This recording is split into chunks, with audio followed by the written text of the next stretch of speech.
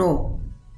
Daldalaaf sochiin namoota karaa Galabaat ka Sudaan naannoo Elgadaraaf kutaa Alqaadiriif Itoophiyaa magaalaa Matammaa godina giddu galeessa Gondar gidduu jiru har'a deebi'ee eegalu aangawoonni biyya keessaa mirkaneessaniiru. Bulchaa olaanaan godina Gondar lixaa Bisat Warqee raadiyoo sagalee Ameerikaaf akka ibsanitti konkolaachiftonni konkolaataa fe'umsaa Sudaan har'a ganama daangaa qaxxaamuranii Matammaa seenuu eegalaniiru. Daldala biyyoota lamaaniitiif daangaa ce'uun murteessaadha jedhan. Miidiyaaleen Sudaan kaleessa akka gabaasanitti kaartuum tarkaanfiiwwan ofitti amantaa ijaaruu Itoophiyaan fudhatte wabeeffachuudhaan daandii daangaa Itoophiyaa waliin jiru deebisanii banuu beeksiseera jechuun Asteer Misgaanaa'u gabaasteetti. Keeniyaan filannoo pirezidaantummaa geggeessuuf torbanni muraasa hafee innaa jirutti xiinxaltoonni akka jedhanitti kaadhimamaa tokkoof deeggarsa heddummaataa adeeme bayii filannoo maal ta'uuf akka jiru tilmaamuuf rakkisaa ta'ee jira. George Wajakoyaa kan dorgommicha dursaa jiran Raayilaa Odingaaf Wiiliyaam Ruutoo duuba sadarkaa sadaffaarratti argamu garuu akka qorannoon tokko jedhutti waltajjii isaan mariwaanaa seera qabeessa taasisuuf irratti haasaa taasisan deeggarsa horaa fi jiraa jedha gabaasii Viktooriyaa Amungaa Naayiroobiirraa ergame. George Wajakoyaaf David Maore siyaasa Keeniyaa keessatti haaraa dhufanii pirezidaantii ta'uuf dorgomaa jiran. Qorannoon yaada uummataa akka agarsiisutti Wajakoyaan filannoo hagayya 9 geggeeffamuuf carraan injifachuu isaanii baay'ee xiqqaadha garuu lammiilee Keeniyaa biratti raggaasifamuun isaanii dabalaa jira. Qorannoon dhiyeenya kana dhaabbata Trends for Insight Africa jedhamu geggeesse tokko akka mul'isutti sadarkaan mirkanuu argatanii 100% yoo ta'u kunis guyyaa filannoo gara 9,150 ta'uuf jira. Kaadhimamaa adda duree ta'an muummichi ministeeraa duraanii Raayilaa Odingaaf ittaanaa pirezidaantiin ammaa Wiiliyaam Ruutoo sagalee uummataa 125 argachuun dursaa jiran.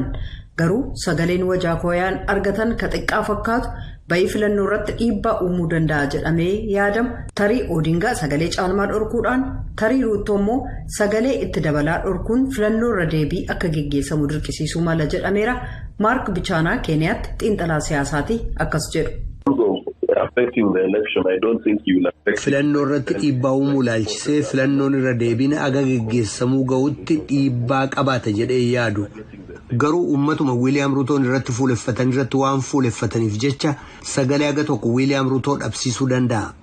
Kibxata kaleessaa hidhattoonni Al-Shabaab magaalaa Somaalee lama daangaa Itoophiyaa irra jiran irratti haleellaa erga raawwatanii booda lolli cimaan geggeeffamuun gabaasameera. Aangawoonni naannichaa haleellaa kana raadiyoo sagalee Ameerikaa sagantaa afaan Somaaleef mirkaneessan akka jedhanitti hidhattoonni poolisii addaa miseensota humnoota Itoophiyaa falmisiisoo ta'an kanneen yeroo dheeraaf naannoo Baakuul Kibbaa dhiya Somaaliyaa magaalota Yeediif Aatoo keessatti argaman waliin walitti bu'aniiru. Raayyaan ittisa biyyaa Itoophiyaa kanneen qaama walii galtee nageenya biyyoota lamaanii Itoophiyaa fi Somaaliyaa gidduutti taasifamaa jiruun Somaaliyaa keessatti socho'aa jiran eegumsa daangaaf nageenya daandii dhiyeessiin irra deddeebi'uuf loojistikaaf poolisii addaa irratti hirkatanii jiru. Aangawoonni nageenyaa miidiyaa waliin haasa'uun waan hin ayyamamneef maqaan isaanii akka hin tuqamne gaafatan tokko VOA sagantaa afaan Somaaleef akka himanitti Al-Shabaab jalqaba mooraa poolisii magaalaa Aatoo keessatti argamu haleele. Aangawaan naannoo Baakuul kun akka jedhanitti Al-Shabaab boodarra irra deebi'uudhaan bakka buufata poolisii Yeed irratti haleellaa lammaffaa raawwachuu isaa mirkaneessanii jiran. Boodarra hidhattoonni tarii humna poolisii addaa bakka sana akka hin geenye jeequuf ganda Washaaqoo moortaaraan haleelan. Yeediif Aatoon walirraa fageenya kiiloomeetira 80 irratti kan argaman yoo ta'u Washaaqoon immoo daangaa Somaaliyaa keessa xiqqoo fagaatee jira. Hoogganaan Al-Shabaab Ahmed Umar Ubiidaa waraabbii sagalee haaraa dhiyeessaniin mootummaa haaraa loluuf dhaadachuudhaan gareen kun mootummaa islaamummaa irratti hin hundoofneef bulchiinsa shari'aa guutummaatti hojiirra oolchine gonkumaan ayyamu jedhan. Gareen gaazexeessotaaf falmu CPJ'n finciltoonni Tigraay gaazexeessota 5 sabaa himaa biyya keessaaf hojjetan hatattamaan akka gallakkisan gaafateera. Addi bilisummaa uummata Tigraay wal dhibdee baatii 20f mootummaa Itoophiyaa waliin tureen Tigraayin to'annaa jala oolche.